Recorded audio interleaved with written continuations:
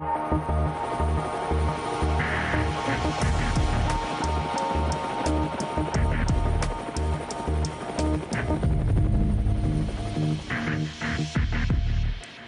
Enemy is one of the most successful hip-hop groups of all time.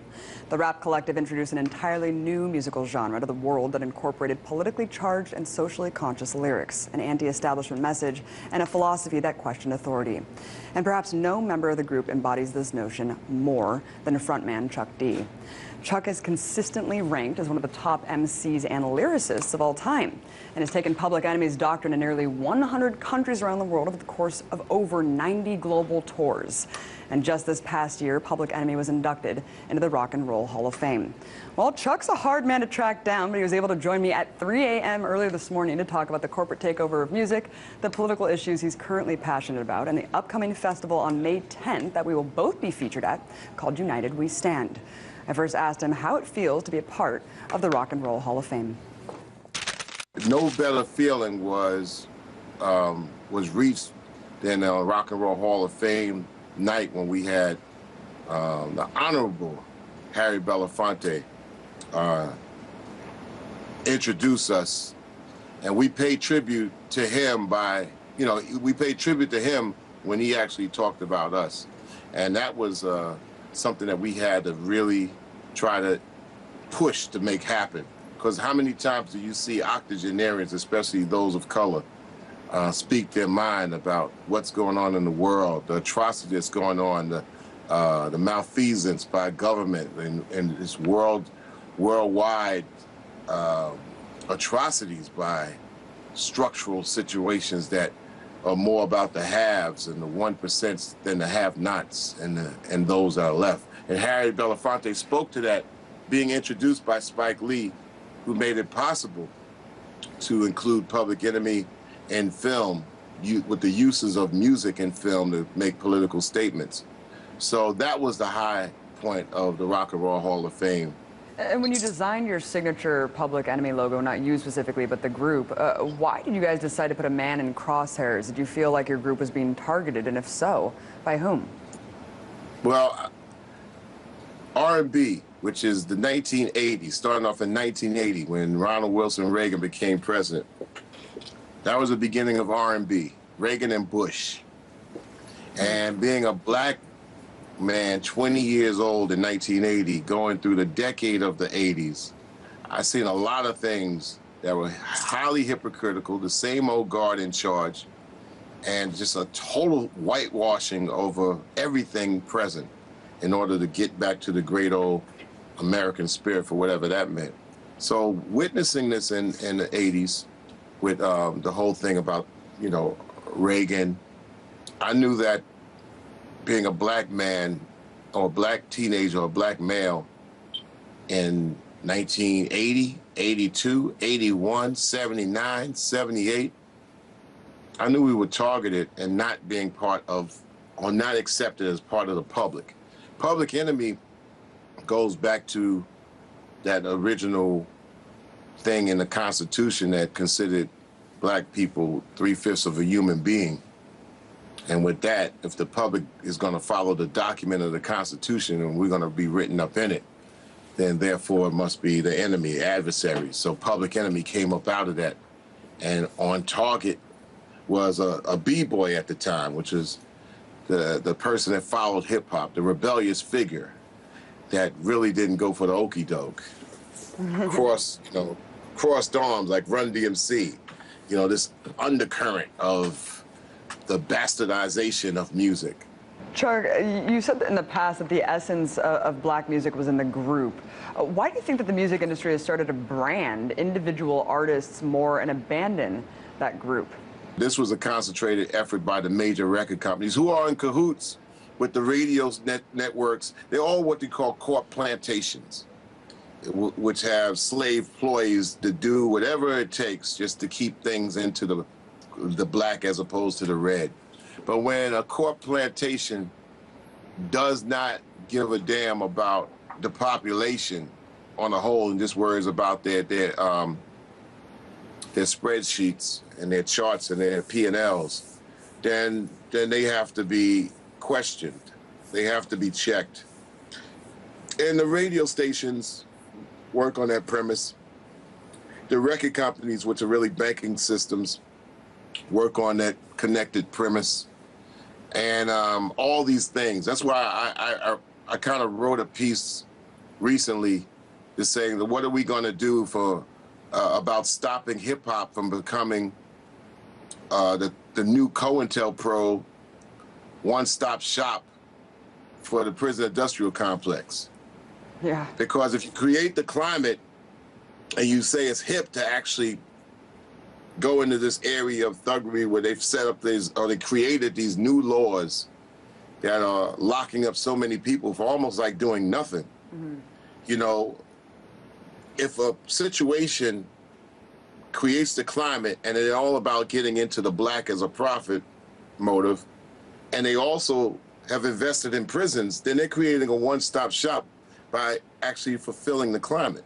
Last year, not one black artist had a #1 single on Billboard's Hot 100 for the first time in 55 years. Chuck D, what do you think that signifies about the direction of the music industry? There's nothing wrong with Macklemore winning Best Rapper. It probably is something wrong with somebody who says that they control the category of rap music and hip hop and redefined it. The redefinition of rap music and hip hop, when there's never been a clear definition, is probably more troublesome than anything. Mm-hmm. And so when it comes down to people making statements like, well, rap music can't make political statements that actually move people. Well, my question is, who told you that? Or hip hop cannot be something to actually propel human beings to think beyond just having a good time in a 10 by 10 foot room while they're dancing.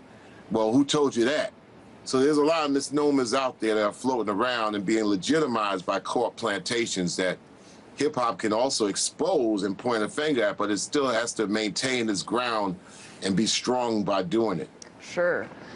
Tell our viewers about your role in the Occupy Free Air movement and how it's helping to fight Clear Channel's consolidation of the airwaves.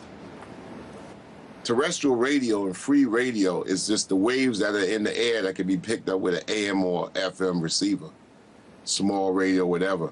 And the fact that these companies been knowing this, they've controlled who's on the air, who they're going to do business with, and that's been that way for like the last 50 years.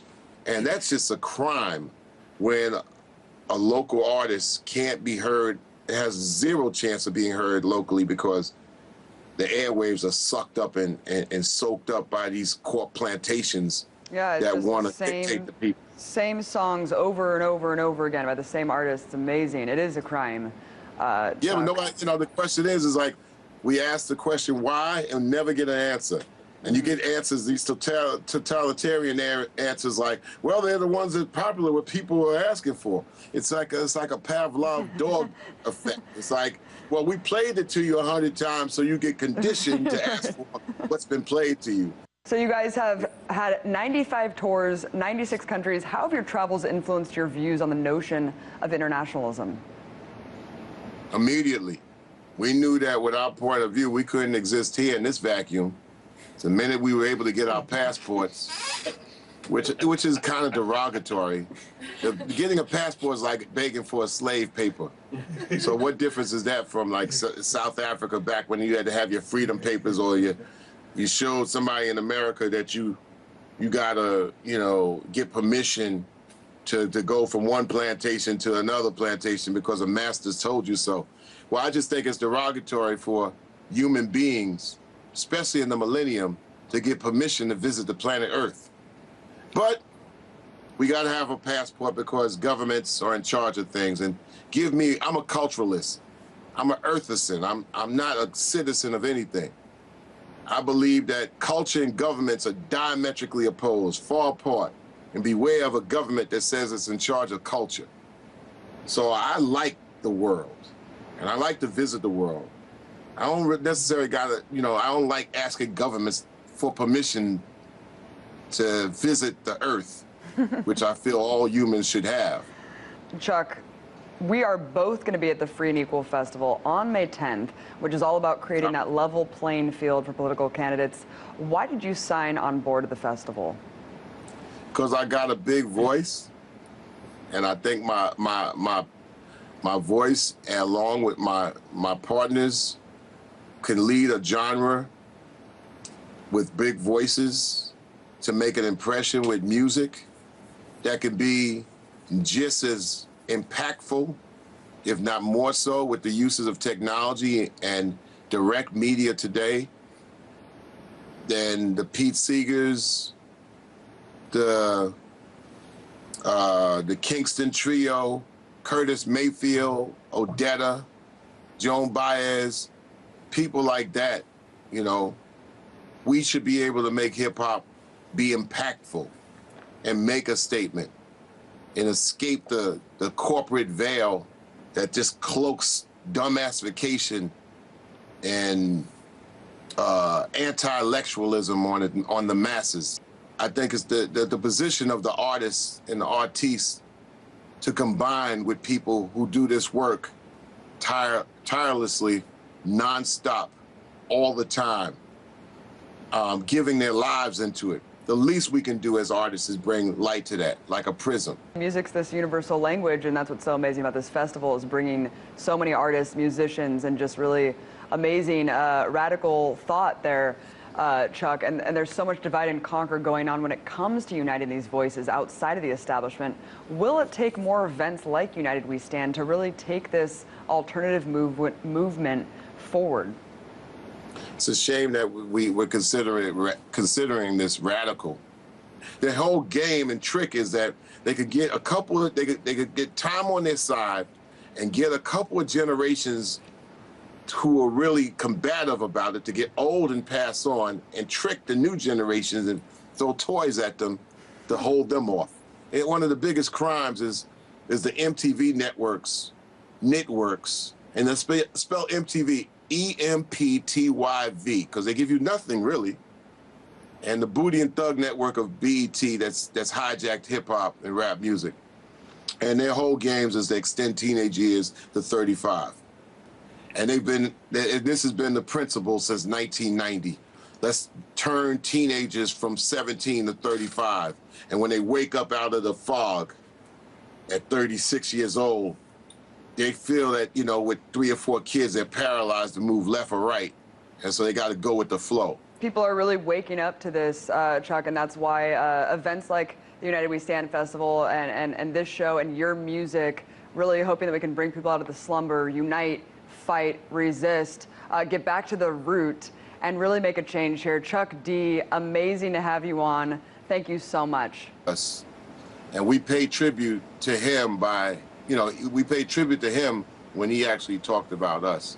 And that was something that we had to really try to push to make happen. Because how many times do you see octogenarians, especially those of color, speak their mind about what's going on in the world, the atrocity that's going on, the malfeasance by government and this worldwide atrocities by structural situations that are more about the haves and the 1% than the have-nots and those that are left. And Harry Belafonte spoke to that, being introduced by Spike Lee, who made it possible to include Public Enemy in film with the uses of music in film to make political statements. And perhaps no member of the group embodies this notion more than frontman Chuck D.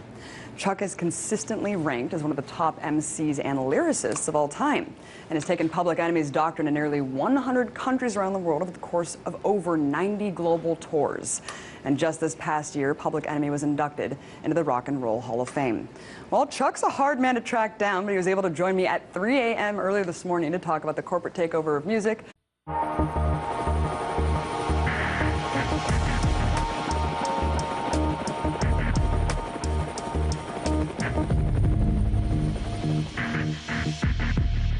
Public Enemy is one of the most successful hip-hop groups of all time. The rap collective introduced an entirely new musical genre to the world that incorporated politically charged and socially conscious lyrics, an anti-establishment message, and a philosophy that questioned authority. The political issues he's currently passionate about, and the upcoming festival on May 10th that we will both be featured at, called United We Stand. I first asked him how it feels to be a part of the Rock and Roll Hall of Fame. No better feeling was reached than the Rock and Roll Hall of Fame night when we had the Honorable Harry Belafonte introduce us.